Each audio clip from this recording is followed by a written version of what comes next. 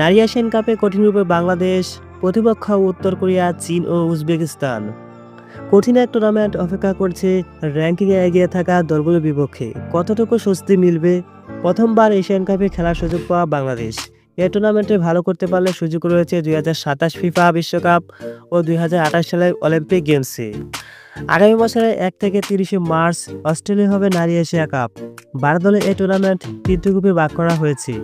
এই গ্রুপে রয়েছে অস্ট্রেলিয়া ফিফা র্যাঙ্কিং ১৫, দক্ষিণ Korea FIFA ranking ২১, Philippine FIFA ranking ৪১, Iran FIFA ranking ৬৮। B গ্রুপে রয়েছে উত্তর কোরিয়া ফিফা র্যাঙ্কিং ৯, চীন FIFA ranking ১৭, Uzbekistan FIFA ranking ৫১, Bangladesh FIFA ranking ১২৮।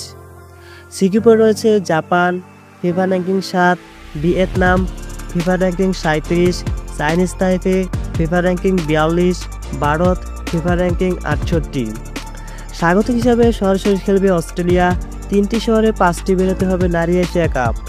সেমিফাইনালে ওঠা ৪ দল সরাসরি সুযোগ পাবে ২০২৭ বিশ্বকাপে।